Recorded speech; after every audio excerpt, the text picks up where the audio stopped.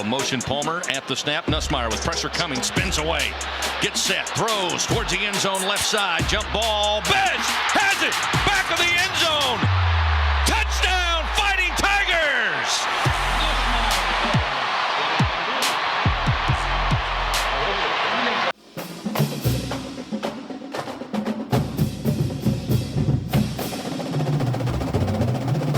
Hello and welcome to Tigers Roar. I am Jonathan Poche, joined as always by Buddy Sanji, here to bring you everything you need to know about LSU, the Saints, and a whole lot more. Of course, we start with LSU dropping a game to Arkansas this past weekend, but man, 13-16 was the final after overtime. You saw the highlight opening clip. Jack Best had the only touchdown for the Tigers in the game. Brought in Garrett Nussmeier for the third series of the game. Of course, Max Johnson had the first two that never saw the field again.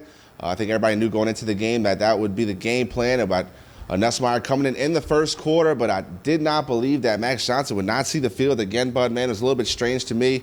Of course, with ULM coming to Baton Rouge this upcoming weekend, Coach Ed Orgeron has announced that Max Johnson will once again be the starter for the Tigers.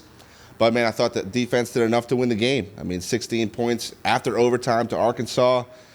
Durante Jones has done a great job the last couple games, really revitalizing this defense, turning a lot of things around, showing a lot of different looks they hadn't seen the first part of this season. A lot of blitzing, a lot of pressure. Of course, the two senior linebackers, and Damone Clark and Michael Baskerville, had outstanding games. KJ Jefferson, the quarterback for the Razorbacks, what a player that guy is. I mean, solid as they come, strong as they come. You're not going to tackle that guy up high. I'm sure they knew that going into the game.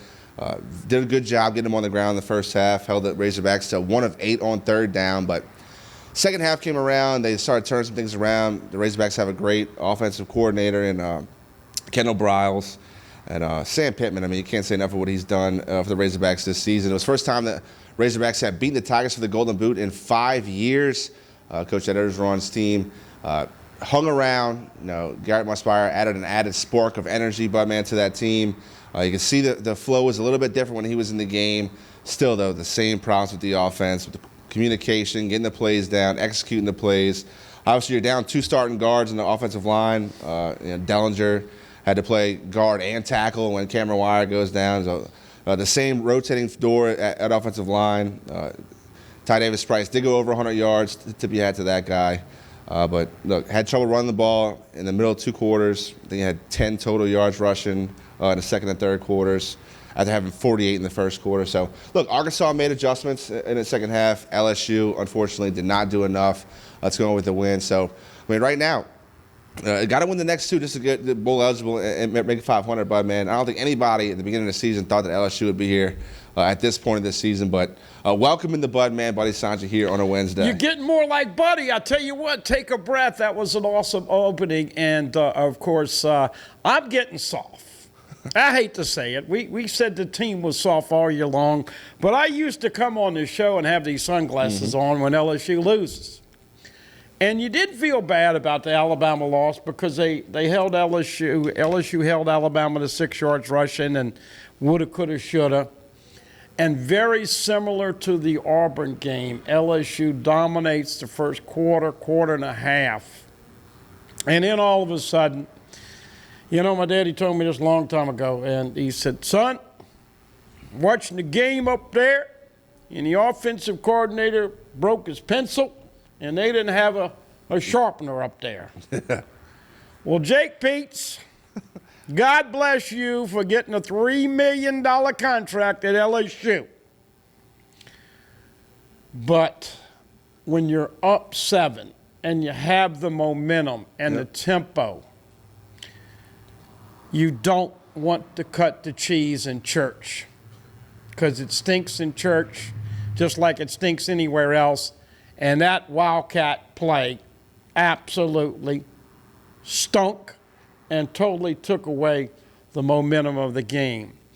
Unfortunate that TDP had not done that all year. And I looked at the play over about 5 times. Shanahan, who's been phenomenal and been playing on sore ankles and all of that, he's a warrior, did have a bad snap. TDP jumped a little early because he didn't time it. He tipped the ball. Then he lost his footing trying to recover it. Yeah. But what's Coach O going to do? Now, if it's 2019, Coach O's not foggy, and he calls timeout, and he says up to the coordinator, what the hell are we doing here? Yeah.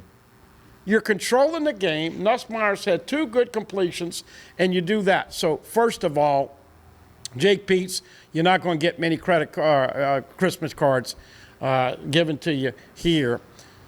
But that all being said, it is very tough for the defense to play their hearts out and have problems with the offense. Now, you said a mouthful in that opening. I don't think anybody, including Max Johnson and Garrett Nussmeier, thought that Max, who, by the way, looked a little shaky, looked a little foggy, looked a little unsure because he's been beat up. And as soon as Nussmeier came in, you said, wow, this guy's dancing to a different beat. Yep. But he is a true freshman. He's not seen a lot of defenses. And as you alluded to, Arkansas made a lot of adjustments.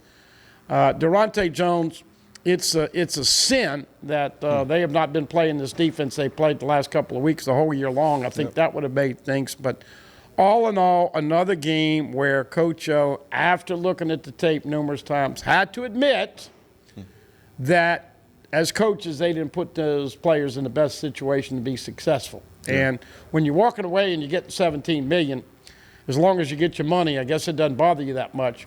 But we said something today on the show that we just finished a little while ago. Can you believe it? 10 days, and this thing is over. 10 days and the regular season is over.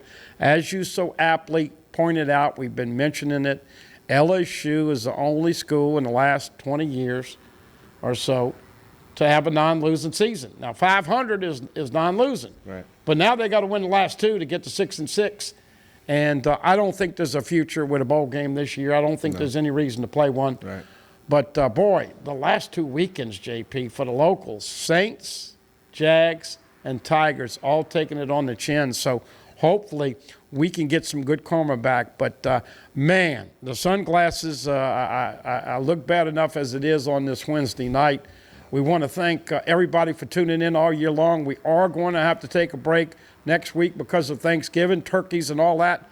But if there is a coaching change that is made at that point, which I don't think there will be because you gotta wait till it actually is the right time, we will certainly look at all the details. But for those out there watching, this is a week before Thanksgiving, so happy Thanksgiving, and we hope that you have a blessed holiday season, and I'll be glad when this coaching situation gets solidified, and I'll certainly be glad when this regular season.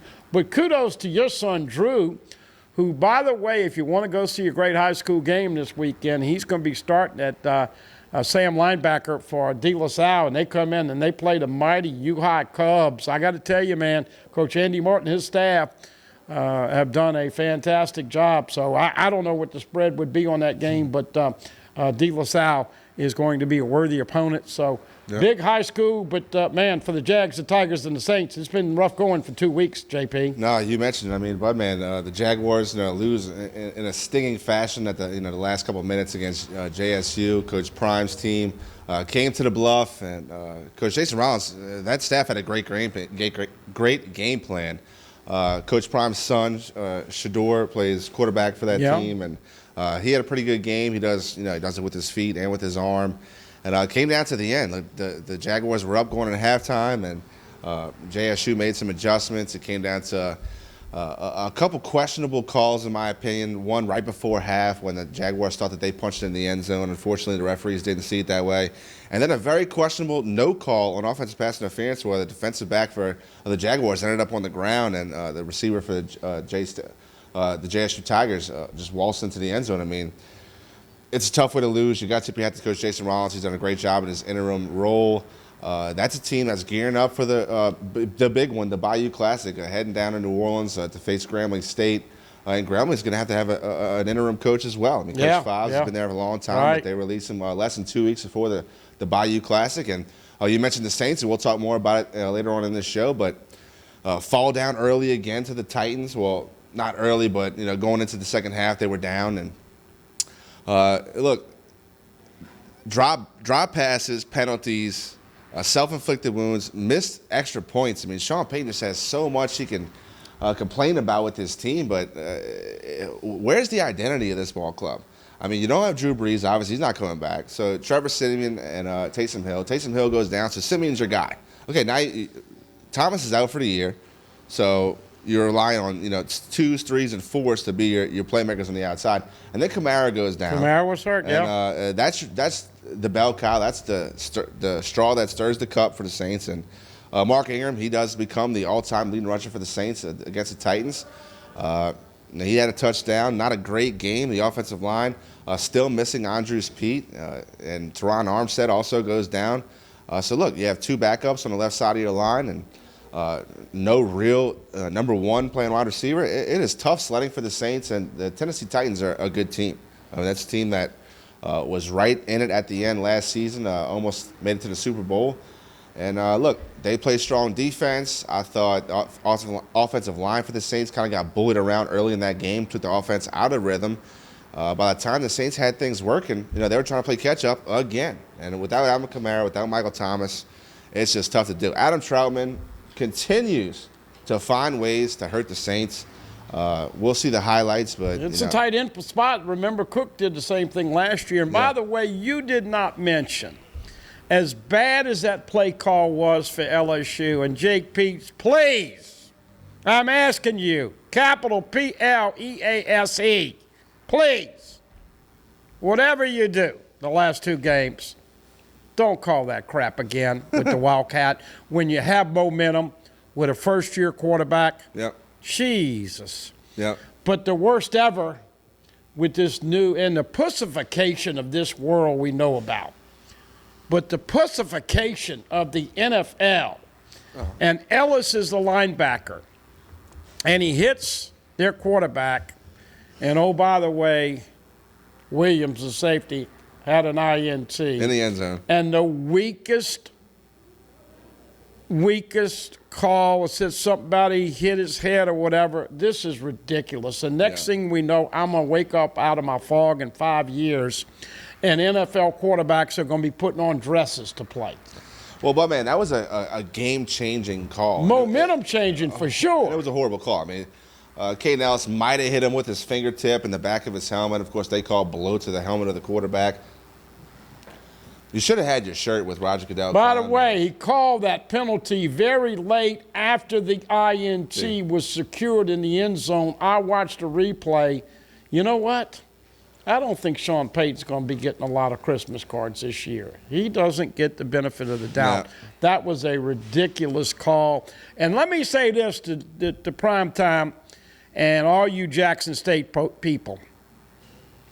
Yes, you've given the SWAC some good publicity. Yes, you're trying to get the competition with around the league better. But don't come to Baton Rouge, Louisiana, and disrespect the Jaguar Nation and try to plant your flag at midfield. Now, look, I've always talked to these football players, and I'll say, man, you got to understand something. When you get in a fight on a football field, if you hit somebody with a fist or whatever, you got a chance of breaking a wrist or whatever. But I just thought that was a total lack of class, and I applaud those Southern people that are protecting their turf. So, Jags, I'm with you. Thought it was a Bush League move. Yeah. The conference is weak, and Dion is still not what he was. I don't know what his medical situation is. Yeah, they've been pretty weird about it. I mean, hush. He was on a wheelchair on the sidelines. He was in the motorized wheelchair. His foot was up. But I thought Coach Prime did a really classy apology to Coach Rollins, the Jaguars. That should have been. That should have been the case. Look, it was a highly emotional ending to that game, a game that the Jaguar Nation thought that they were supposed to win. And, once JSU comes in the field with the flags, the sideline was going to clear. Wasn't any punches thrown that I saw or has been reported. A lot of pushing and shoving. A lot of pushing and shoving. And yakking. Yeah. But it's just frustrating, folks. Listen, we know we talk about it all the time. This is a big part of what we do this time of year. You're not going to move up on all the things that we are rated poorly on. We're 48th, 49th, 50th, and all the important stuff. You give us a championship team or even, I don't care what level, We take great pride, and football really is like a religion. Of course, now we're springing into basketball. Will Wade and the team is undefeated and sell all 3 opponents under 60. Kim Mulkey is building, is going to be a great program. And, of course, Jay Johnson, we've had him on 2 or 3 times, and, man, I tell you, he is saying all the right things and pushing all the right buttons, and he is a younger, happier version of Nick Saban. Gymnastics will start in January, which Jay Clark's going to be very good again. Beach volleyball. So if you can just get the right coaching hiring here in football, then I think people will get a little happy. But it's been a rough couple of years for the football highlight film, and the woulda, coulda, shoulda, and the moral victories don't go anymore after you had the kind of season you had in 2019. Right. We have a whole lot more here on Tigers Roar. We take this break. We'll come back. We'll look more into that game against the Arkansas Razorbacks from this past weekend. We'll look at some film. We'll hear some players. We'll also talk to Mike Scarborough from TigerBait.com a little bit later on in this show. And, of course, we'll have those Saints highlights to wrap it up. So don't go anywhere. You are watching Tigers Roar.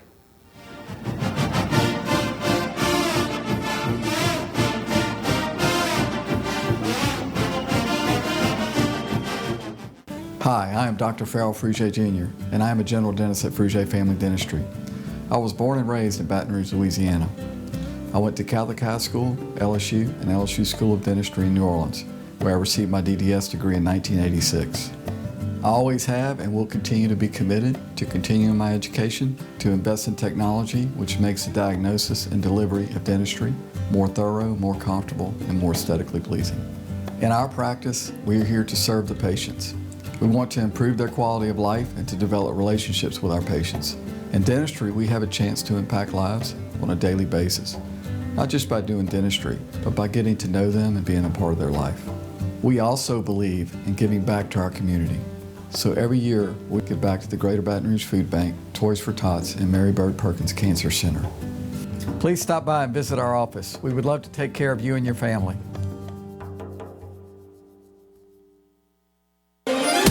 At the Team Automotive Group, we make it easy for you to buy here or sell here. Buy here and save on hundreds of certified and pre-owned vehicles. Or sell here while your vehicle is worth more than it ever has been and we'll pay you top value. Buy here or sell here at the Team Automotive Group. Hello guys, it's Debbie. It's time. I've got a brand new location. 10510 Airline Highway, Baton Rouge, next to After 5 Tuxedos. We have the perfect spot to get all your wedding and formal wear needs. Come see our one-of-a-kind name brand and get great prices. With 30 years experience, the best customer service anywhere. It's Debbie's Bridal, Airline Highway, Baton Rouge. See you soon.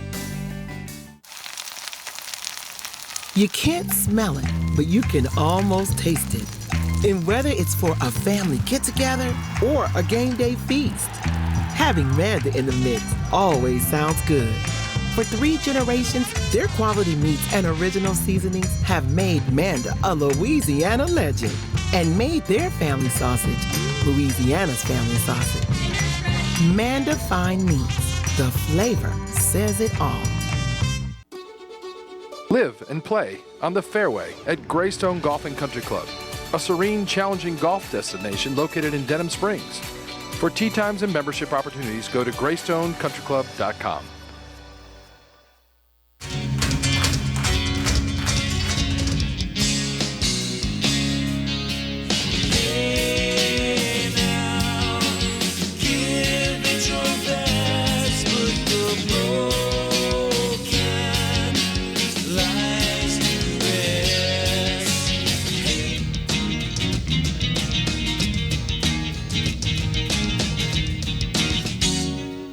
Look up to the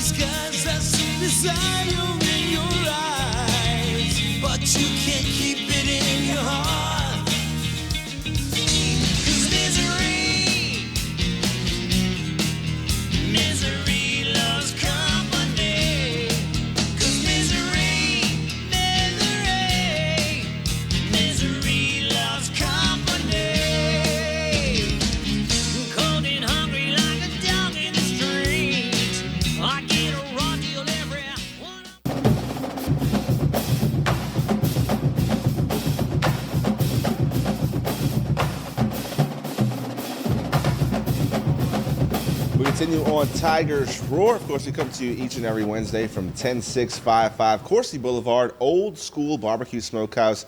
Great food. They got a great special going on right now for lunch. Come check it out. You get a pulled pork sandwich, 2 sides, and a drink for only $6.95. Yeah, you can smell it. You can smell the smoke when you come in here. Brisket, ribs, chicken, pulled pork. Come on over here. We're laid back, right off the beaten path. Of course, 10655. And I tell you, this is some obscene money being intimated. Now, you know, everybody is going through the coaching search, and we're going to get into that. But Lordy, I'll be glad when this thing is all over and we get the new coach. But if it is Lincoln Riley from Oklahoma, LSU is going to be once again at the cutting edge. I know it goes back 20 years or a little bit more.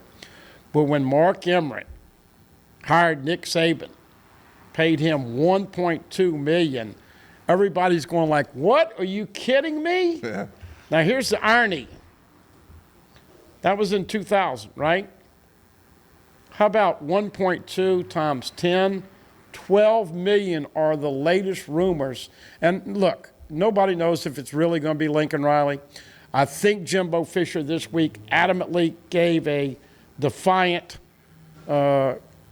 passionate, and I mean, if he was lying, if he's coming here, that's the best acting job I've ever seen a coach do. Yeah.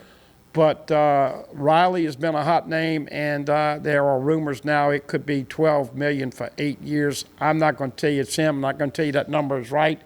But Scott Woodward don't go after anything but 10s and 11s. He is a big game hunter. Yeah. And I've said, all you got to do with the T-shirt on the front, and Scott We Trust, and on the back, Kim Mulkey's picture, Jay Johnson's picture, and then the last picture on that back shirt. Is it going to be somebody like Lincoln Riley? It's going to be a big name, of course. So we'll talk a little bit more about the coaching search later on in this program on Tigers Roar. First, we want to talk about the LSU-Arkansas game from this past Saturday in Death Valley. We do have some highlights from that game. We'll actually try to roll those. And, Bud, man, as we mentioned, Max Johnson gets a start, plays the first 2 series, and then Nussmeier comes in. This really sets up the Arkansas Razorbacks in good field position. It was a great punt return, and the first play out of this good punt return, they pull some trickery, have a little fake reverse, and KJ Jefferson throws a nice first down, and leads to the Arkansas Razorbacks getting on the board 3-0 early in the first quarter. Here we go, and Max just looked. He's been hurt, but you see the pocket presence, you see the indecision. Look, we love what Max has done from his body, but you can see as he gets up, he just looks like he's been beat up a little bit too much. But the defense was there, and let's give kudos to Durante Jones and the defensive guys. Once again, all of them. Micah Baskerville was my Pride Roofing player of the game. He played his tail off. Yeah, that was his first of 2 sacks. He also had 12 total tackles in this game. You see the Tigers tying it up with Cade York. Cade York did miss a field goal in this game, which is kind of wild. I mean, the guy's 51-16 in his career for LSU. But here's another sack from the Tigers. Of course, basketball gets the pressure again.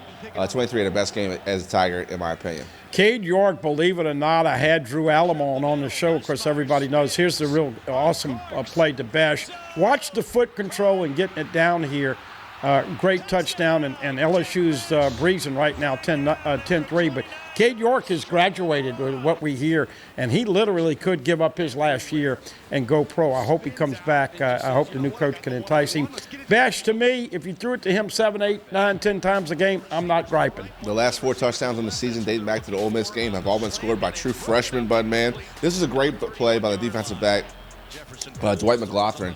Obviously, the DBs were depleted again once again this week, but that was a good play, set up a 4th down for the Razorbacks and the Tigers. Look, Trey Palmer, I thought he just had a different energy about him in this game. He looked loose. He looked like he wanted to bring a ball back, and right here was a great return by Trey Palmer. Yeah, good to see him. He's always had trouble with his hands, but everybody knows he's got world-class speed. And, man, kickoff returns and punt returns, LSU got to get better on both those aspects. But that was a nice one by Palmer. Here you see Ty Davis-Price getting stopped in the backfield. This leads to the Razorbacks getting the ball back, and they throw a little swing pass. This is a good stop right here on third down. Cordell Flott obviously was big to get that guy back on the outside. Look, even with everybody down, no Ricks, no Stingley. LSU's played great defense, and of course, There it is. There it is. Look, this comes at a point in the game. 10-3, your freshman quarterback has just settled into the flow of the game. He has 2 completions. Look at this. You get near the red zone, and now you can call a play that you maybe, according to Coach O, they have maybe practiced that play a handful of times all year. Yeah, that's why Jake Peets is along with this staff getting fired. He has definitely hurt LSU with play calling, and I hate to say it, Durante Jones has improved, but Jake Peets is not. And I don't think he'll be calling plays anywhere next year. But then again, when you're getting 1.2 for 3 years, you can sit on that nest egg until you get another job. There was another third down stop right there before half, because they were 1 for 8 heading into the halftime on third down. This is the first third down in the second half. KJ Jefferson really lowers his shoulder and picks it up himself. It takes a gang of people to tackle that man. You cannot tackle him up high. You got to get him down low. And yep. The touchdown pass he has a little bit later on in this quarter, DeMo Clark had a free shot on him. He just went a little too high, and KJ Jefferson kind of just shrugged him off. And DeMo Clark, I mean, we know that guy is a beast. You see it right here. Oh, that was a sack. That is a sack. Okay, so DeMo Clark gets his sack right there. And right there, he did a great job of bringing him down. Mike Jones playing much better, along with the 3 linebackers have been playing much better. And, of course, DeMo Clark, I think, deserves to get first-team All-SEC. Yeah. Maybe not the reputation of some of the others like the kid at Georgia, but certainly ought to make All-SEC.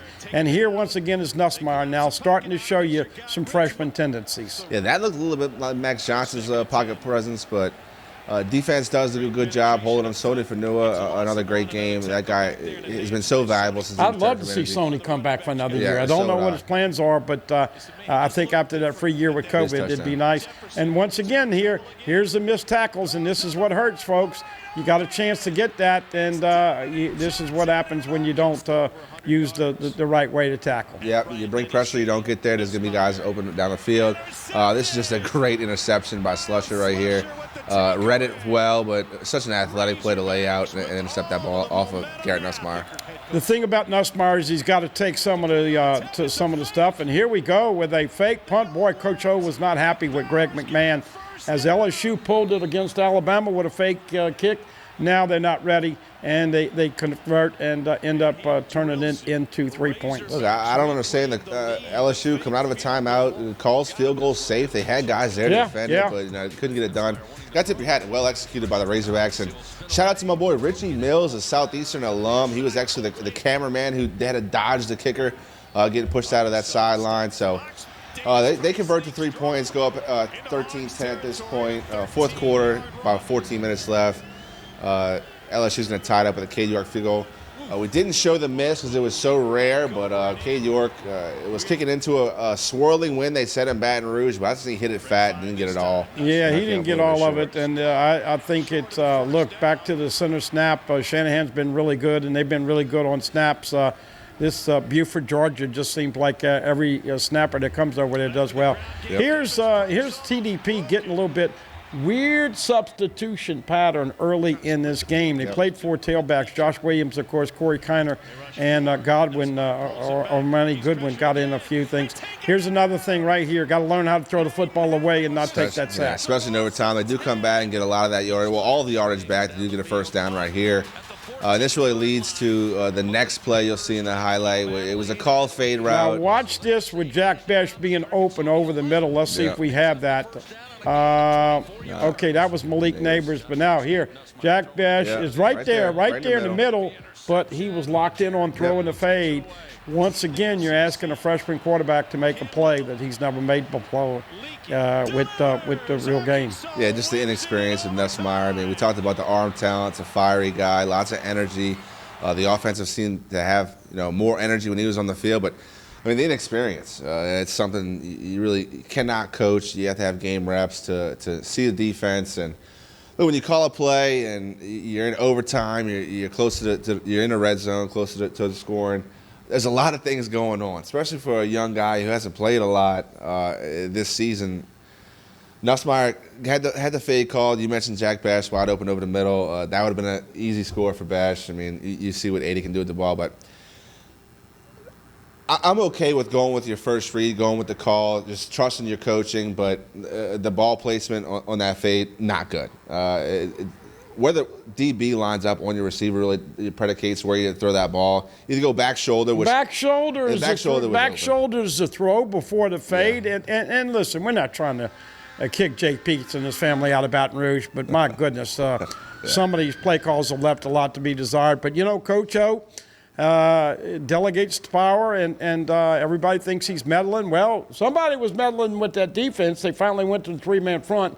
They played appreciably better at the end. I think everybody's just ready to wash their hands. Yeah. Sage Ryan is coming back this week. He's been hurt. And Jordan Tolles, a safety that should have been getting more PT, he's going to play. And it's kind of interesting. There's been a lot of injuries and a lot of indefinite clarifications on opt-outs and whether a guy was going to come back from an injury or not.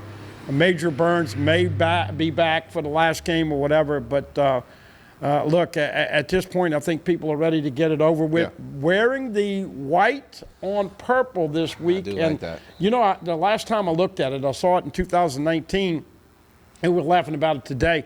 Said, man, those guys look faster in that white and purple. White helmets, white pants with the stripes, and the purple jerseys. It's really a cool look.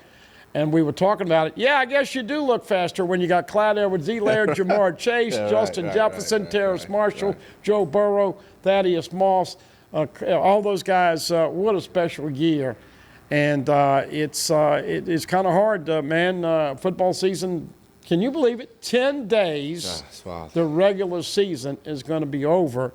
And hopefully, Coach, the next coach will be paraded out there 2 weeks from today.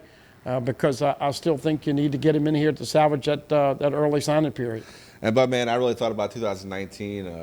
The first play that Garrett Nussmeier was in the game against Arkansas, they took a deep shot, threw it all the way to the goal line. I thought it was a 50-50 ball. I thought Justin Jefferson, Jamar Chase, Terrence Marshall, one of those guys is bringing down that ball. They're going to catch that ball for a touchdown, and then the stadium explodes. I mean, Garrett Nussmeier comes in, launches a ball. I mean, this ball was well thrown. I mean, it's 45, 50-yard pass. 50-50 shot. Like I said, I think Chase Jefferson or Marshall brings that in. And that the whole dynamic of that game changes. Well, you know what's crazy about that? We just mentioned Jamar Chase. We mentioned Justin Jefferson. We mentioned Terrace Marshall. And we all know that the diva, the dog, and the beast, Keyshawn Butte's out. Right. All four of those receivers from the state of Louisiana. And that's why I want the next coach to be an offensive guy. Yep. Walker Howard's got a chance to be really, really special. Max Johnson and his brother. His brother's an excellent tight end, receiving tight end. Obviously, you know that running backs and wide receivers are always around here in droves. Next guy, in my opinion, got to get this team physically, mentally, and psychologically tougher. And obviously got to recruit the trenches. Got to get some O-linemen and some big uglies in here. But, man, I want to kind of talk to you about your opinion of how the LSU staff handled the Johnson-Nussmeier interchange in this last game. Johnson plays the first two series. Nussmeier comes in. I have no problem with that. Change of pace, get some energy. But then to not bring in Max Johnson at all at any point in the game. And, look, the defense held Arkansas to like 6 straight punts, and we could not put points. LSU could not put points on the board.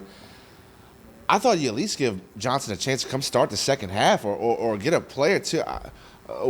What do you think, Pete's, Ogeron? Why did they handle things the way they did? Well, it's the toughest thing when you're going to play two quarterbacks. Remember, Mickey Guidry used to have a couple series in the first half and a couple series in the second half when Tommy Hodson was there.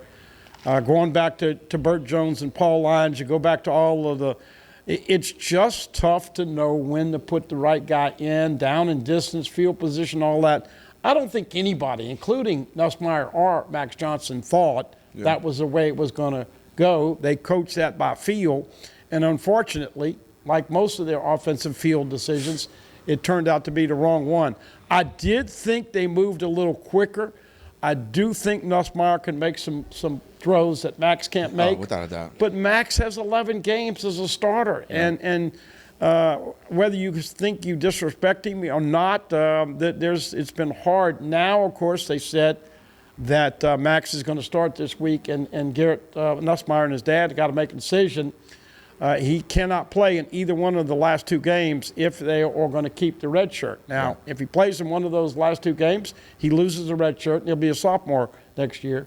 If he doesn't play in the final 2 games, then he will be a redshirt freshman. So, but I don't think there's any rhyme or reason for anything they've done offensively. Still have no identity, and as we know, still having a bunch of linemen, as Marlon Martinez and Cordell Thomas had to play.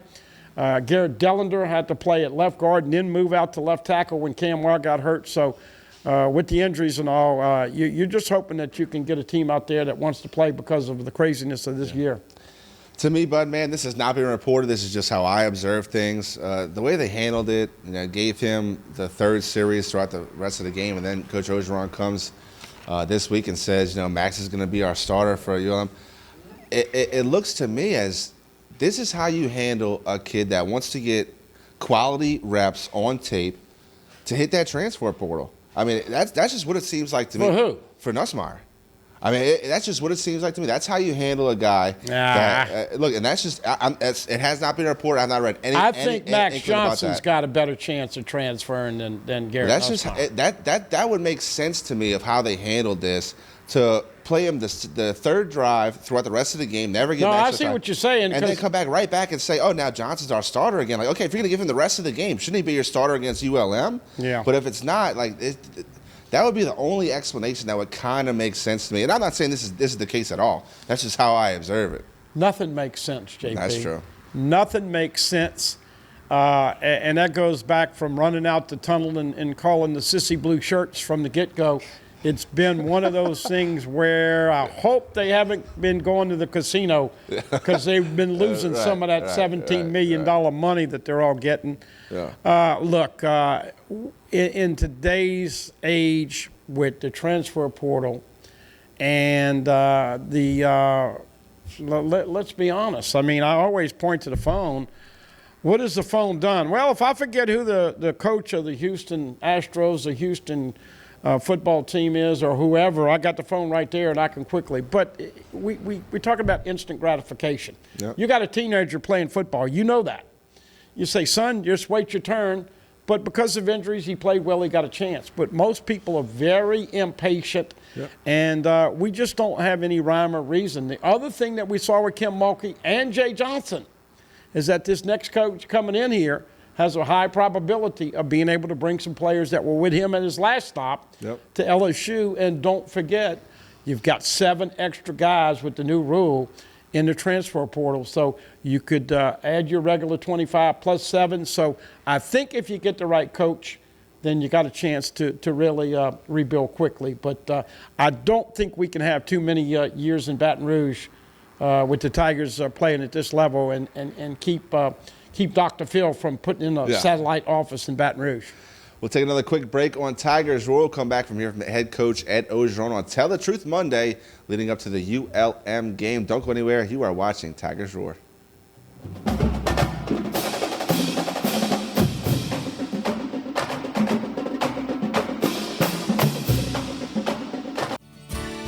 Creel Tree Service is a licensed and insured tree service providing tree and stump removal, topping, trimming, cabling, pruning, and fertilizing. We have free stump removal with takedowns, free estimates, affordable rates, and senior citizens discounts. Call 774-TREE. That's 774-8733. Get your yard ready for the warmer weather. If it deals with a tree, call me, Creel Tree Service, 774-8733. That's 774-TREE. Hi, I'm Hurricane Betsy Barnes. And I'm Dr. Kay Siller with The Rocket Right Show. We are 2 busy blondes on the go showing off life in Louisiana. Watch us on Pelican Sports Network. And Talk 107.3 FM. Check local listings for times. Tremonti's has meat. Tremonti's has seafood. Tremonti's has much more. Tailgating and home gating platters. Huge wine and liquor selection. Beer and all the spices you need. Chairman Reserve and Wagyu meats, ribeye rolls, shrimp rolls, kebabs, 20 flavors of sausage for the grill, daily lunch specials, and game processing. On-site catering also available. Good meat ain't cheap and cheap meat ain't good. Visit Tremontes.com. Sharing holiday cheers starts in the rewarding Mazda CX-30. Find yours during the season of inspiration. You'll feel inspired this holiday season in a new CX-30 from Team Mazda on Airline. Caught spiders.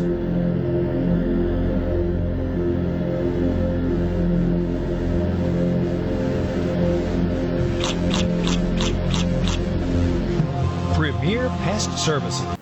The Post on Church Point Road in Gonzales would like to invite everyone to their newly renovated events hall, a beautiful 9,600 square foot facility that features a 5,500 square foot main hall and a separate 600 square foot conference room. Renters have access to our huge kitchen, large stage, tables, chairs, bar, and covered outdoor cooking. So plan your next wedding, party, conference, and more at The Post on Church Point Road in Gonzales. Hello. Hola. Ni hao.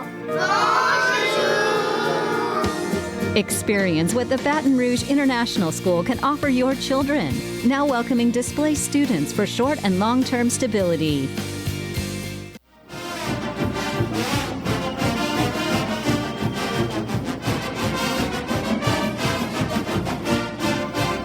He did not look good. Good to see And you, we're JP. Hey, Yeah, we're back. We're having fun talking about the price of eggs in China, and you know, crazy stuff happens when we come back a little quickly. But we welcome you back on a Wednesday night. It is November 17th. Of course, next week is going to be the eve of Thanksgiving, and I'm a spur of the minute guy, and so I kind of want to ask you, what are you most thankful for in this 2021 year? Healthy kids, bud, man. I mean, can't complain. I mean, they always drive you crazy, but the health of my family, it's been a blessing for sure. Get time to spend with them, doing all this craziness with the TV. Always find time to spend with the family. Very thankful for them. Thankful for you, bud, man. Thank you for Pelican for giving me an opportunity to do all this. For Marty for keeping us on time always, and you know, just thankful for each day, bud, man. Gotta live. You know, everybody dies once, so you gotta live every day. You know. I got to thank Alan Traylor and Bert and everybody involved with Pelican. We don't give Marty enough. I know everybody. I don't never say much about Marty because I think him and Clarence, you know, are the new odd relationship sometimes. Bromancing. But to be able to do radio and internet and TV and try to give the fans a little taste of what's going on and look, we talked about it earlier, just how important it is. I appreciate that access. Bill's come over and gotten to be a big part of it. Katie and Alan in the truck, Bert and all the things, getting it back. I mean, doing the Southern Show with TJ Ribbs. Just thankful that we're still around and giving people a little chance to see some different stuff. And Scarborough made a great point today with me, and it's kind of why I asked you the question.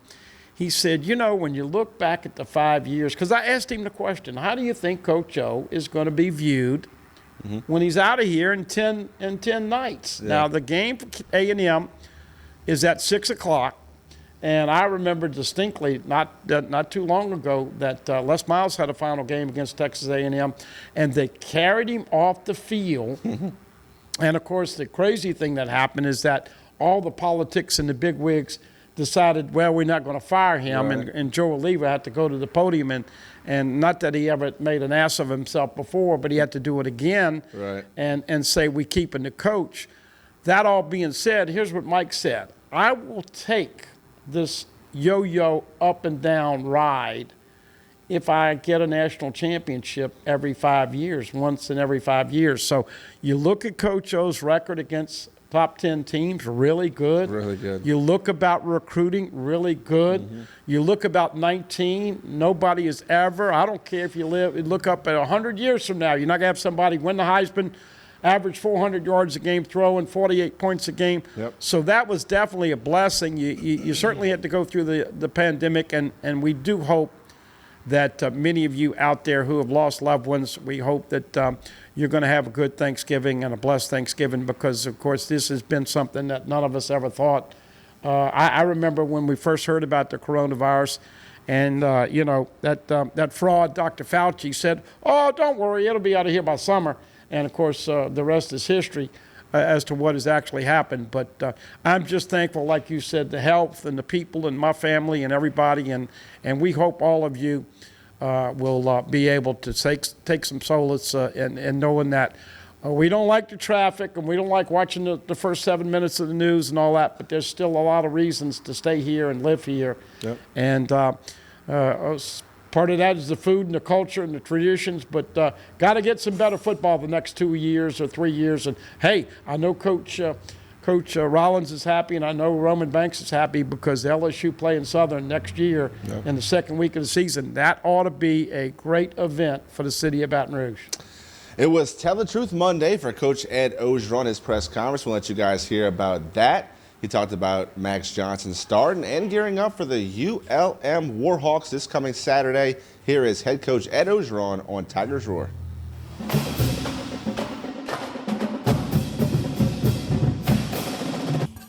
Tell the Truth Monday. Our players fought. I told you after the game, I felt bad for them. Outstanding defensive effort again. Hold them to 16 points, and good offense. And especially we held them to have their rushing yards, have their total yards. Damone Clark and Micah Baskerville is playing their best ball, which is very good to see. Bright spot, Savion Jones got a couple of reps in there, looked very, very good. Man, I was so happy to see him play very well. On offense, same old stuff. Got to tell the truth. I watched the film this morning with the coaches. We got to put our players in better positions. We got to call better players. We got to execute. It's the same old story. But hey, I'm not going to back off of that. And some of our players were frustrated after the game. I don't blame them. I mean, they're fighting, and we got to take the responsibility, and I'm accountable for that, to put them in better position, make plays. Special team, we should have been ready for that field goal fake. We're not. So we got some work to do. We're -3 in the turnover battle, which is very costly, as you guys know. We pride ourselves in winning the turnover battle. Red zone touchdowns, we got to score.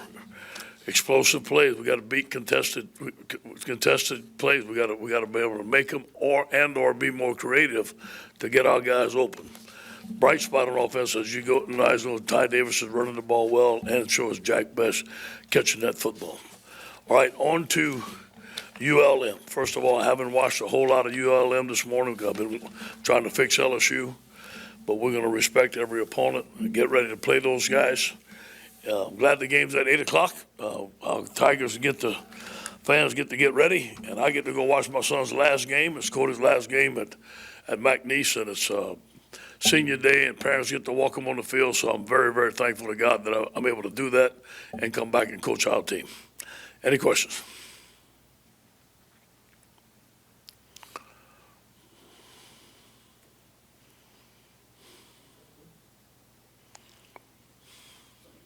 Hey, Coach, on the broadcast the other night, the announcer said something about Jake Peets had told him he left the practice and let the quarterbacks do work, or y'all figure it out, or something like that. Did you hear about that, or do you know about that? That's the first time I heard of that. It ain't happened on my watch. Maybe it might have been after practice or something like that, but I didn't see nothing like that. And that's the first time I hear something like that. Okay, there were a few questions about that and that story. Well, I don't know if you. If it is, Jock, it's unacceptable. But I don't know that happened. It may have. I'll find out, though. Coach, do you feel like you guys are practicing well on offense and then it's not carrying through to the play calling? Are you all practicing more than you're putting in the game, I guess is probably. I'm sure we're practicing a lot. I think from what I heard, the Alabama, and I addressed it, the Alabama game, that we had too much in, and it was kind of an overload for the players. That's what I heard, and I addressed it. I didn't hear it last week, though. I think they fixed it. Ed, good morning. Just, I guess, the obvious quarterback question. What's kind of the plan at that position moving forward, and how would you assess how those guys have played? Yeah, I like Garrett. I think he's a good player. I like Max, a good player. I don't feel like Garrett beat Max out. I don't think that Max deserves to be benched. I gave him a chance to beat him out, although I think he's a very good player. That play he made to The touchdown play he made was a phenomenal play, but we also -3 in the turnover ratio. We only scored 7 points, so Max is still our starter. It's going to be up to Garrett and his father if they want a redshirt or if they want to play in a backup role, and perhaps again go in the game, and if he plays better, keep him in. But you know, if I were him, I'd redshirt. There's only 2 games left, but that's not my decision. And let me say this again: some guys wrote some stuff that I really didn't like. I mean, I'm giving them the option to redshirt or not, and that's what I do for everybody. Now, who plays in this football game, I'll decide that. Thank you. Is the red shirt still on the table for him? Well, that is the red shirt still on the table for him? Yes. Okay. Yeah, he had 1 more game left. Okay. Is there any benefit to him starting or rolling through the whole week, Garrett, as a starter? Is there a benefit to see if that works? Yeah, you know, it could be, but I don't think it'll make a difference, Mike. You know, it could be. You know, they've been sharing snaps the whole time. You can look at it the other way. Would it have been a benefit for Max to get all the snaps? You know, so it's kind of. Hey, Coach, back here. Good afternoon. I know you're still talking about some of the issues on the offensive side, but on the defensive side, was it as simple as going to the 3-4 2 weeks ago to Alabama that's made such a difference, or what else? Because it certainly seems the continuity and the identity on defense has come a lot faster than what you're still looking for on offense. I'm wondering, was it as simple as going to the 3-4, or what have you seen that's led to that? Yeah, well, we put more people in the line of scrimmage. We got some darn good outside linebackers. We use them as outside linebackers, not 4-3 linebackers. We spread out, so we're playing really a 52 defense. And it looks like bear, but it also can be cover 8, and then we can bring anybody that we want. And we're doing a lot of zero blitzing, which I had never done here. So I've been the head coach. I'm from Pete Carroll's family. We don't zero blitz. We always have somebody in the post. But we wasn't getting enough on 3rd down, so we're overloading their protection. And the Coach Call helped us put in. Durante's doing a great job assimilating. Corey and Durante are doing a great job with the back end, not getting burned deep. The thing you worry about zero blitzes, you miss an assignment, it's touchdown. But our guys are executing it well. We've gotten out of the classroom, per se, and we're on the field more with walkthroughs and stuff like that. And that's all started when I watched the Alabama offense. I just didn't think we could stay there in the 4-3 and duke it out with them whole game, and it worked. So we got a lot of stuff to build off of it. I wish I could have done anything. I'd have started this 4 years ago, to be honest with you. Hey, Coach, when you hired Jake Peetz, he's obviously a bright guy, a lot of NFL experience. Would you, reflecting on it, maybe want a guy with more play calling experience, or do you feel like he's been learning on the job at all, or how do you look back on that? You know, the one thing I did was trust Joe Brady. I wanted his offense. I wanted somebody who could run it. I knew there'd be a learning curve, and there's a learning curve, but that's also why I hired DJ. DJ's he's in charge of the 3rd down. And look, those guys are new. There's a big learning curve. Was it a mistake or not? I won't say it was a mistake, but they need to do a better job, and they know that. I think the outstanding men, every time I get to work at 6 o'clock, they're there. Look, I came Saturday morning, work out early, DJ is there. It's not like they're not working. I just think that their experience level may not have been what I needed for this job. Hey, Coach, going back to the defense side of the ball, you mentioned in the 3-4 with the outside linebackers, B.J. Ojolari on the outside, but then even with Mike Jones playing a lot as well. That's right. So what have you seen from those guys and how they've kind of taken on that challenge? Yeah, you know, I told Mike we finally found his spot. You know, Mike was a nickel. Like, he plays on the slot. He came to LSU. He went to play in the middle. That plays on a guard. But we found a place in between, outside linebacker, and I really think we found him a spot. I really like him there. There's some technique stuff that we can fix. He's excited about. He's playing well, and it gives him a chance to play. It gives us a chance to not always play nickel, to have 3 linebackers in the game, because Micah can stay in there, DeMond can stay in there. Now he's on the line of scrimmage. So we kind of lucked into that, but we found him a spot.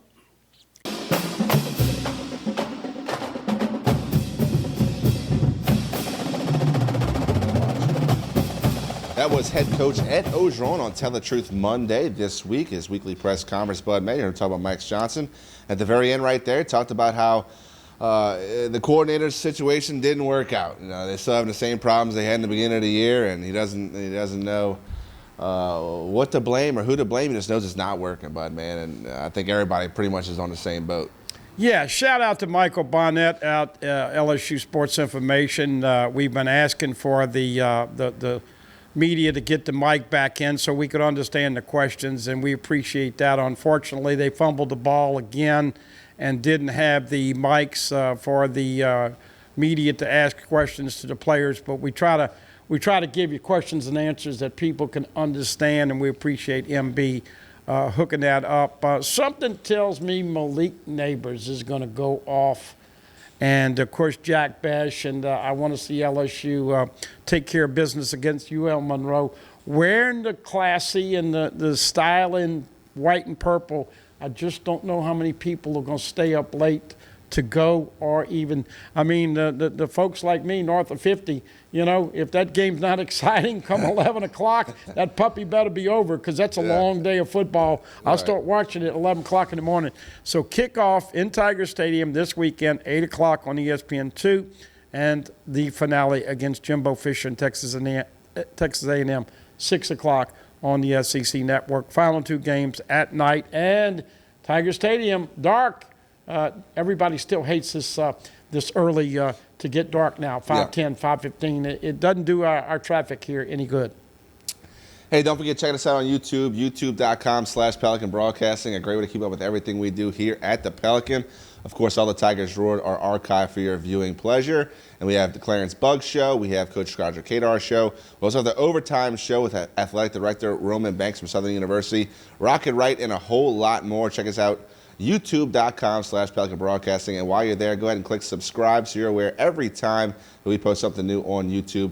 Take another quick break. We'll come back with Mike Scarborough from TigerBait.com, talk some recruiting, some LSU football, and a whole lot more. Don't go anywhere. You're watching Tigers Roar.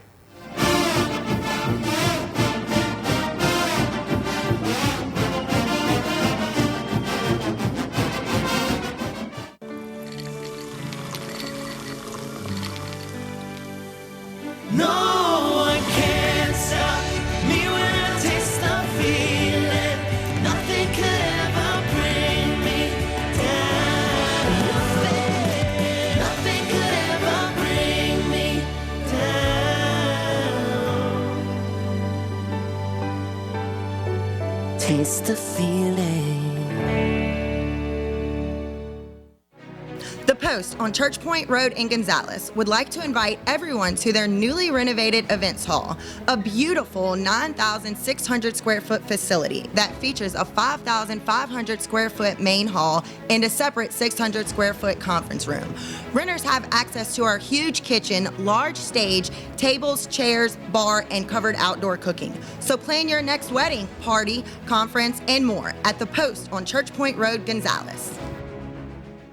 Hello guys, it's Debbie. It's time. I've got a brand new location. 10510 Airline Highway, Baton Rouge, next to After 5 Tuxedos. We have the perfect spot to get all your wedding and formal wear needs. Come see our one-of-a-kind name brand and get great prices. With 30 years experience, the best customer service anywhere. It's Debbie's Bridal, Airline Highway, Baton Rouge. See you soon. Bolello's Furniture and Appliances, your dependable independent. Depend on us for service, for selection, for price. Get huge Whirlpool savings. Shop now and save on Whirlpool appliances throughout the store. Plus, experience our price match guarantee and ask about special financing. You can depend on the know-how of people who live appliances every day. Bolello's Furniture and Appliances, your dependable independent with nationwide buying power. Live and play on the fairway at Greystone Golf and Country Club, a serene, challenging golf destination located in Denham Springs. For tee times and membership opportunities, go to GreystoneCountryClub.com. At the Team Automotive Group, we make it easy for you to buy here or sell here. Buy here and save on hundreds of certified and pre-owned vehicles. Or sell here while your vehicle is worth more than it ever has been, and we'll pay you top value. Buy here or sell here at the Team Automotive Group.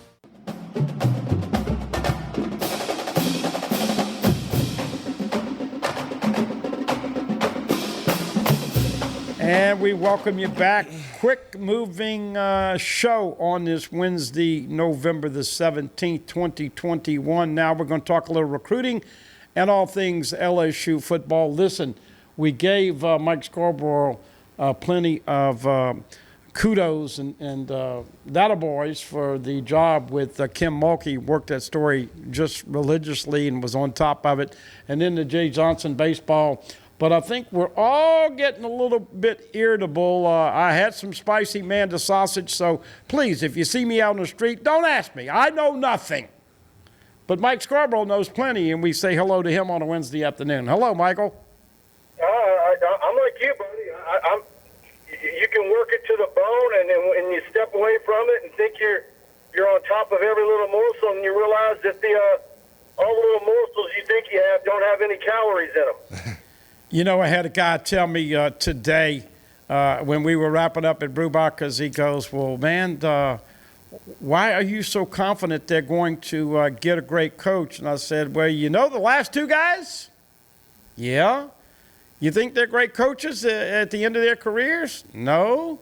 What do they both have in common? National championship. They won national championship. So, Mike, there's still a very, whether it's top 3, top 5, top 2, top 1, whatever, however you look at it, is still a very coveted job.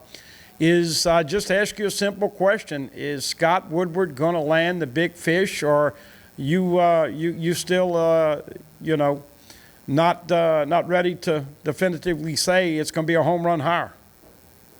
Well, if you're big fish, I guess in order to find who's a big fish, you would have to say Lincoln Riley, Mario Cristobal. You know, is Brian Kelly at Notre Dame a guy that all of a sudden he could get back in on? I've heard some things of talk there weeks ago. But the bottom line is now that Jimbo Fisher's out of it, and I never bought into him being into it, and I'm glad he's not. And Mel Tucker's about to sign a $90+ million deal. I really think no matter which way they go the rest of the way, I like all the coaches. Whether it goes down to Billy Napier, if it's Lincoln Riley, if it's Dave Aranda, if it's Luke Fickell talked into leaving Ohio, Matt Campbell. I like them all. I think they all can win big at LSU. So, but the splash hire, I think it has to be Lincoln Riley or Cristobal. Those are your splash hires.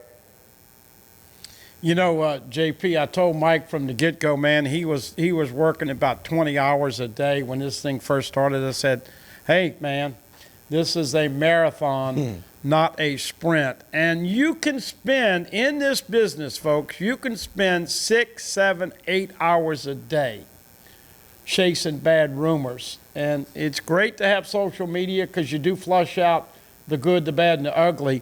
But, JP, you're on it all the time. Just because it's on the internet or just because somebody writes it or just because somebody says it does not necessarily mean that it is true. And I kind of like the fact that Scott Woodward doesn't have any leaks and we really don't know. But on the other side of the things, JP, it's frustrating because you don't know if it's good information or, once again, a smokescreen. That's right. Marty couldn't believe when you just said if it's on the internet, it's not true. I mean, that's where he gets most of his information from is on the internet. But, I agree with Mike. All the names that are being tossed around, it's just a tribute to the status of the program at LSU. I mean, these are top-notch guys. You're not going to go, like you said, doesn't go for the 3s, 4s, and 5s. He goes for the 10s and the 11s. Mike, this defense for LSU has really turned things around these last couple of games, and one person I hope is still on the staff next year is Blake Baker, the linebacker coach for LSU, who's done a great job with Clark and Baskerville all season. You saw Mike Jones get in the game against Arkansas, did a good job. Coach O said in Tell the Truth Monday press conference that they think they found a spot for him. And Mike, how do you feel? I mean, I know Blake Baker's done a great job on the field, but also in recruiting, the guy has made a lot of big gets for LSU so far. I tell you what, I really think that, it all depends on who the coach is. And I think there's a good chance the new football coach is going to be an offensive guy. So who does he bring in as defensive coordinator? Mm-hmm. And who is that guy, and what position does he coach? And does he necessarily like the linebackers coach he's got with him wherever he's at now?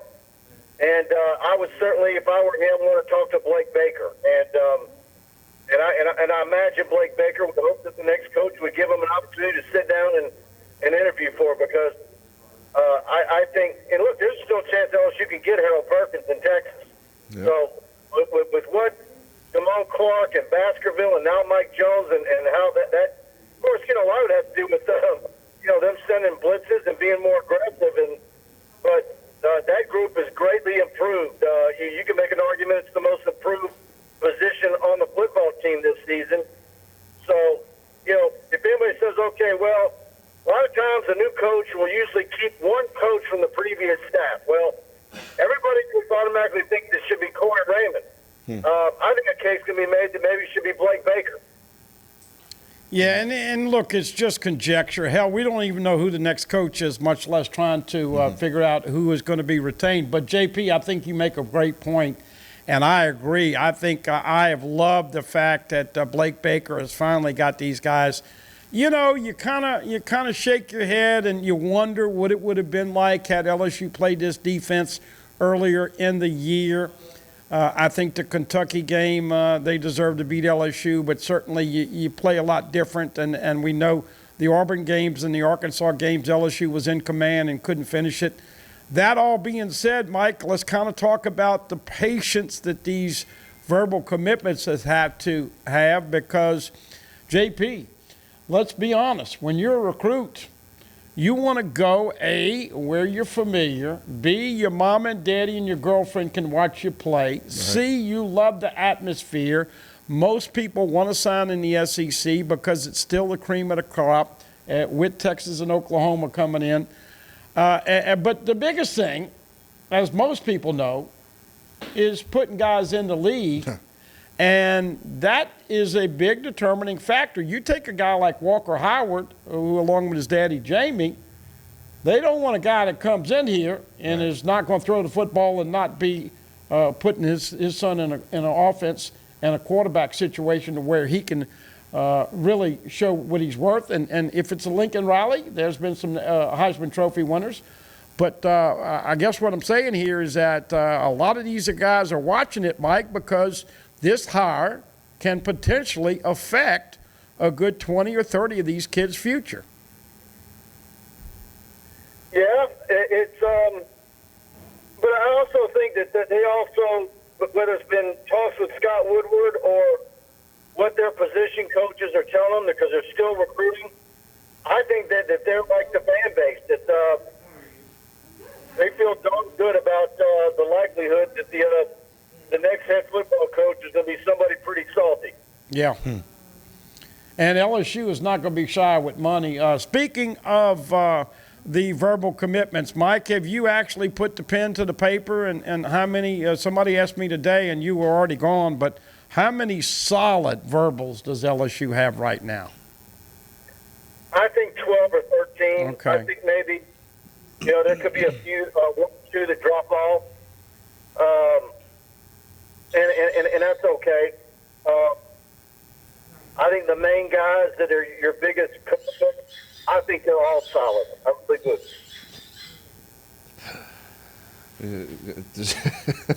I mean, look, we got recruits in the background playing on their phone. They don't know what to do. They're trying to kill the time. Mike, here it is Wednesday, November the 17th. Do you feel confident that Scott Woodward will have his man 2 weeks from today, which is December 1, and OJP, the early signing period, is 4 weeks from today, December 15. Mike, does it all fall in, or is it contingent upon what that guy has with his team that he's with now? And it's one of the things that's a negative, JP, about Cristobal right now, because they're in the top four. Right. And it was one of the reasons why I was pulling for Oklahoma to lose, because if it is Lincoln Riley, you get him earlier. Mike, how important is that to get the guy early, or is it more important to get the slam dunk hire regardless of when you're going to get his services? You'd like to have it all lined up just perfect for you. You can have the best of both worlds. So you're certainly, if you want Cristobal, or you think maybe he's an outside shot, the guy that everybody's focusing on, Lincoln Riley, and it's really Cristobal, then you want them to go to Utah, and Utah's favored, by the way. You want Utah to win that game Saturday night at 6 o'clock. And so Aranda did LSU a solid. If it's Lincoln Riley by beating Oklahoma and knocking them down a bit. So I think November 29th, that Monday, is the earliest that you could probably have a coach being introduced and getting to work. And I don't think you would want to go any later than December 6th. I believe that's the next Monday. To me, that would be the latest. You've got to secure this recruiting class. Mike, before we talk some high school football, a guy that was high on LSU's boards, Le'Veon Moss, a guy from the Baton Rouge area, declared he did commit this past weekend. Do you think that LSU still has a chance to flip him back once they declare a coach? And what's your opinion, what's your feel on Le'Veon Moss? I think, depending on the coaches and what the relationship is, maybe he could get flipped back. I don't know. Certainly, I think he could get flipped easier than Aaron Anderson could at Carr. Yeah. But it all depends on the hire and how quick they can get to him. I don't believe Le'Veon is a midterm grad, so we'll see how it plays out. And Mike doesn't agree with me on this, JP, but I think this NIL money is a lot more involved with recruiting than is being led to be known. I know from a couple people, Texas and the Aggies are offering quite a bit now just to visit, just to verbally commit. And let me tell you what, they hadn't won anything on the field. Of course, A&M we know goes way back. Texas, we go back to the year of Vince Young, but they've got deep pockets, and I think that's how they're going to compete in this SEC. But here it is, Mike. You mentioned Jimbo. He's already at 7-3, 3 losses, at $7.5 million for 10 years. I'm with you. We love him. We know him personally. He's a good guy, but the results are not there. I mean, $7.5 million a year is not the top of the line, as we know, guys. But to lose 3 games every year, now granted he lost his quarterback, but Mike, if you could have anybody, who's the most attractive coach? If you could pick anybody. Man, I go back and forth between Lincoln Riley and Martin Cristobal. I'll take either one of those. I understand the draw of Lincoln Riley because he actually calls the plays. He's an offensive coordinator. But either one of those is good with me. I might lean a little Cristobal, but it's a virtual tie. JP? Yeah, I agree. It's going to be Lincoln Riley for me. That was the name that first popped into my head when LSU announced that they're going to part ways at Orgeron. I would also like to see Dave Miranda back, but I don't know if that's nostalgia. He'll come back in 2019. I think Dave Miranda's done a great job at Baylor. Of course, they had the big win against Lincoln Riley this past weekend, knocking off Oklahoma. Lincoln Riley would be 1 for me. 2, I know AT in the truck would like to see Urban Meyer come, or maybe a Bill O'Brien, but Lincoln Riley for me will be my number 1 choice. 2, Dave Miranda personally. 3, I like Cristobal a lot. I think that'd be a great get for LSU. But 1 is Riley for me. I'm a cop out and say it's not a name, but I just want to see LSU bring in the football version of Jay Johnson. Now, Riley is 38, and, of course, Mel Tucker's getting a big gig over at Michigan State. And, look, Jay Johnson killed it in an interview, and that was really the reason why. That is what makes it so tough for media people and fans to know whether a guy's got a legitimate shot or not, because we're not in those interview sessions. And, Mike, because of the way things go with coaches that are being interviewed during the season, a lot of times it could be Zoom, a lot of times it could be phone, a lot of times it could be in a different city where you meet people. A lot of times you're talking through agents.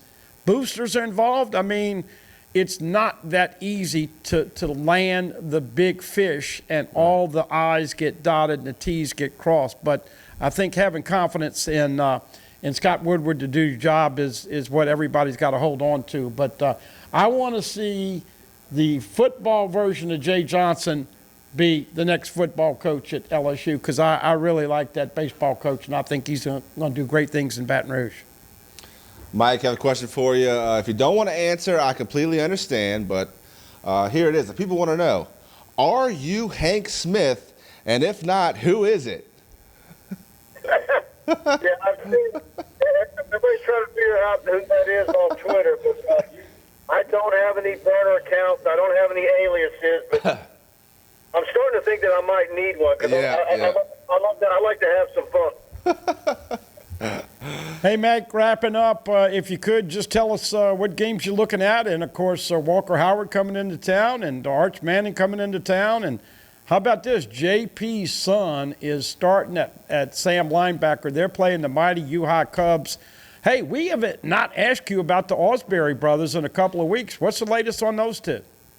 Well, I'm going to need JP to give me a scouting report because that's going to be a heck of a game. Yep. A lot of people think U-High is just going to walk straight to the state title, and I think De La Salle is going to give them all they want. But I'll be at Memorial Thursday night for Madison Prep St. James, and of course Friday night I'm going to be at Olympia, STM versus Liberty. Yeah.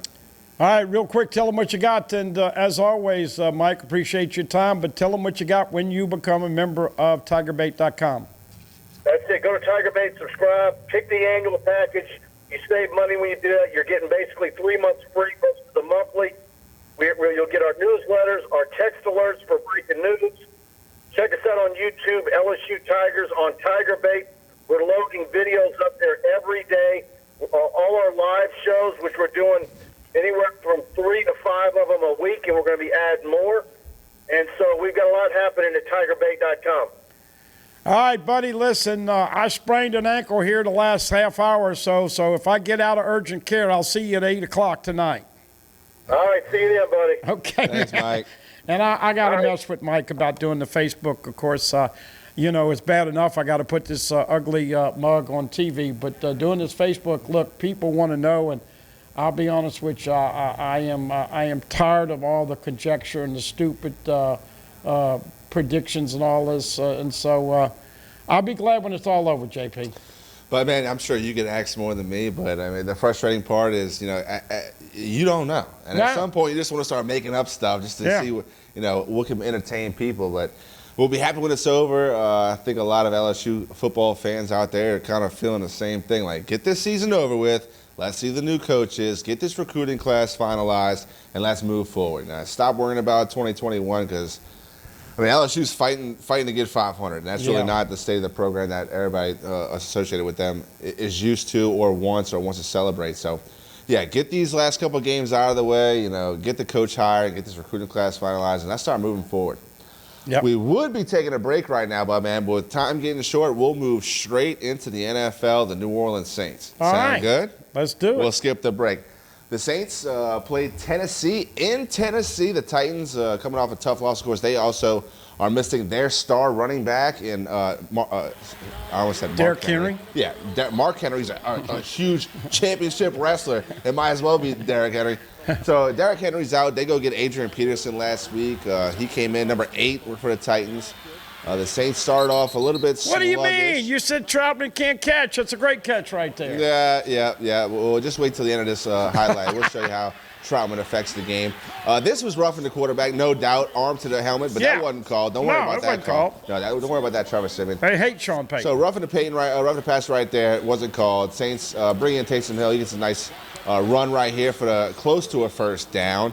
The Saints really had to find different ways to run the football. Of course, Mark Ingram took the load from Alvin Kamara, but Alvin Kamara out of the backfield as a pass-catching running back is so valuable to the Saints team, and not to have him there really handcuffed the Saints offense. Saints, of course, has played really good defense this year, and Demario Davis, I think, is still the best linebacker in the league. But here we go. We give up a that was a good play. That was a good play on defense. Stopped it actually, and saw a field goal. But 23 isn't playing that good. Lattimore is getting picked on a little bit at one of the corners this year. Yep, this past week, Lattimore got the cast taken off of his left hand. Of course, that was a great pass right there. Deontay Harris, who's really emerged as a good pass catcher for the Saints team. We get back to Lattimore. got the cast taken off his wrist, and you thought that was going to open him up to make more plays for the Saints. He was targeted 5 times against the Titans, 5 completions. Yeah. That's not a good ratio right there for Marcus Lattimore. By the way, in case you did not hear, Mark Ingram, of course, that's Taysom Hill, and you never know what you're going to get with him, but Mark Ingram did become the all-time leading Saints rusher in their history. And here we go, an easy little throw and catch. Yeah, fantastic play design. I mean, how good is that with Traquan? Great play design, really sold the fake, sold the draw. Traquan looked like he was going to block the linebacker, but then scooted out. But then here you go, Brian Johnson, the guy that the Saints had to pick up out of necessity, misses his first of 2 extra points. If you have Will Lutz, you don't have to watch the extra point. He makes it with his eyes closed, but unfortunately that's not the case. Will Lutz not coming back. The Saints are working out kickers, trying to solidify that position. They see 23 getting targeted right there. Ryan Tannehill had a good game. He did just what he needed to do, manage the clock, manage the game, stayed within the sticks, never got to that was 3rd and 11. I think that was the longest 3rd down of the game outside of a 3rd and 15 that didn't pick up. But, 3rd and 4, 3rd and 6, those are very manageable for NFL quarterbacks. And the Saints did a good job right here stopping them out. That was a great hit by Quan Alexander right there. Yeah, Quan Alexander, of course, Werner, the linebacker from Penn State, they've been splitting time. Yeah, Quan's had a good year. Here's a little trickery from the Titans. Gets A.J. Brown open, who's a very accomplished wide receiver. Marcus Williams makes a stop, but this leads right down to the red zone, and the Titans are going to push in for some points here. You see, I believe that's a reverse to A.J. Brown. Yeah, this is going to be another field goal if I remember, or is this the play? This is a touchdown. Interception. Oh, okay. Here is the interception and the worst personal foul call in roughing the quarterback that you've ever seen. Yeah. Of course, 43 has got to make up for that play at Minnesota, but pathetic play call. I'm sorry, pathetic. That man right there, you need to be taken out back after that call. Yeah, this is the blow to the quarterback's head, which you can see the replay. It never happened. It was phantom. Horrible break right there. Of course, the play after that, it was a pass interference on Demario Davis. So this leads to an easy score for the Titans. Ryan Tannehill scores on a quarterback sneak and pushes the lead to 13-6. I made the comment earlier, are they going to put these quarterbacks in dresses? But I really thought that, and I know they're trying to protect the quarterback more, but I really thought that was a bad call. Yeah. Look, I love my little guy, but unfortunately he gets dislodged, and that's not something number 11 usually does for the Saints. No, he did very well as a pass catcher in this game, not that well as a kick returner. He had 2 poor decisions that leads straight to some Titans points, and the Saints are far behind the 8 ball at this point. Look, Deontay Harris, he's lightning in a bottle. He can change the game at any time, but sometimes it's okay to kneel the ball or fair catch it, take it at 25, whatever you got to do. Hey, who's that? Oh, 82, Adam Troutman. Almost, though. Close. Adam Troutman. That's his name now. Anyway. The Saints tight ends have had really problems the last couple of years, and of course they got rid of Jared Cook because he blew some games for them. And really the Saints tight ends have been struggling because they've had a lot of injuries the last 2 or 3 years at that spot. Yep, certainly have. Josh Hill, the last really dependable tight end the Saints have. That guy was a blocking tight end that somehow, some way squirted out to catch passes sometimes from Drew Brees, but Traquan Smith got going a little bit. The Saints on the comeback trail, 26 at this point, midway through the 3rd quarter. Here's Troutman making a nice catch. Thought he was going to fumble this ball, but held on to it. Nice. The Saints are driving. And Trevor Siemian, he's 0-2 as a starter, but look, his nice touchdown right here from Mark Ingram. Yeah. The drop passes, the penalties, getting behind on 3rd downs. Look, it's putting Trevor Siemian in a place to fail. It's not putting him in a position to succeed. I don't believe the problem has been Trevor Siemian. The second missed extra point by Brian Johnson. At this point, you're like, get that guy off the field. Let Gillikin kick field goals. Well, when you can't make a 33-yard PAT and you miss 2 in the same game, then you know it's become mental. It's not physical. Yep. So Saints on to come back, trailing a nice stop on defense. Held the Titans right here, right deep in the red zone, but get a sack. Davenport, that's the second one in the game. Held the Titans to 3, and that's exactly what they need to do to stay in the game. Look, the Titans have no trouble kicking field goals. But here it is, 23-12, and the Saints need to come back, and they do a good job. Of course, we know how it ends, but we'll continue to watch these plays. Marcus Callaway gets in for a score. Nice catch right here by Mark Ingram down the seam. Yeah. Nice little wheel route, but Not having Kamara really hurt. Of course, you see Callaway get into the red zone, into the end zone a little bit later in this drive. But came down to a 2-point conversion, and who else? My man, 82, jumps off sides. It was from the 1, but of course you go back from the 5, and it's much tougher. The Saints came out with Taysom Hill at quarterback.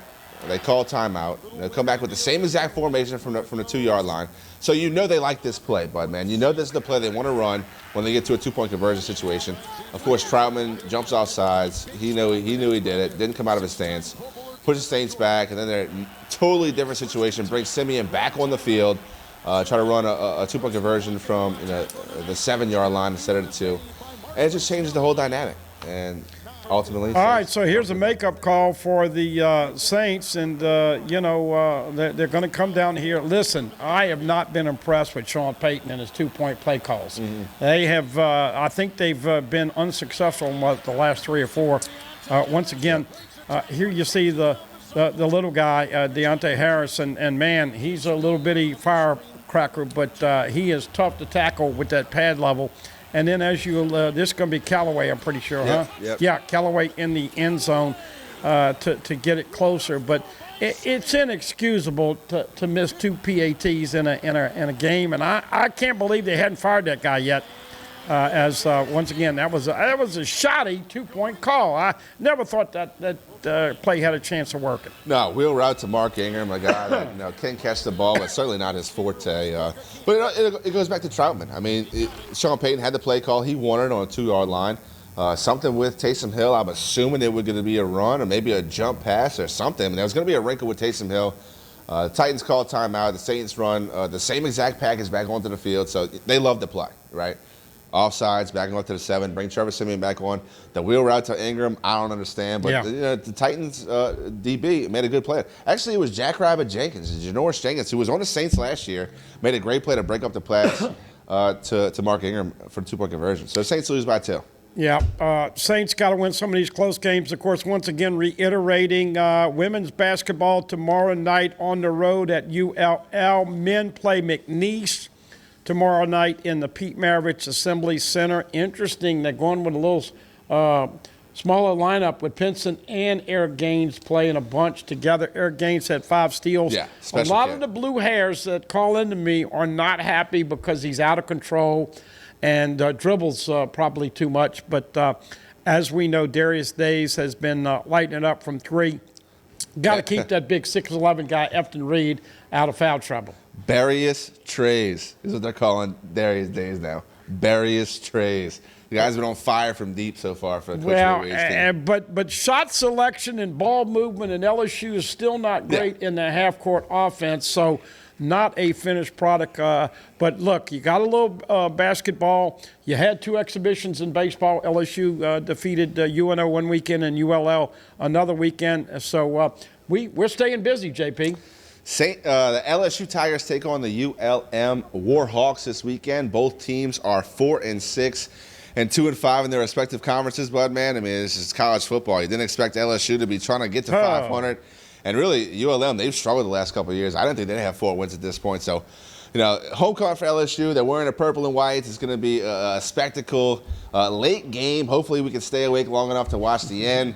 LSU's got to dominate in emphatic fashion just to get some good feeling heading towards that last game against Texas A&M. I like Malik Neighbors having a big game, and hopefully Ty Davis-Price with a good game running the rock. We appreciate you watching Tigers Roar. Tune in on next week. Also check us out on YouTube, youtube.com/Pelican Broadcasting.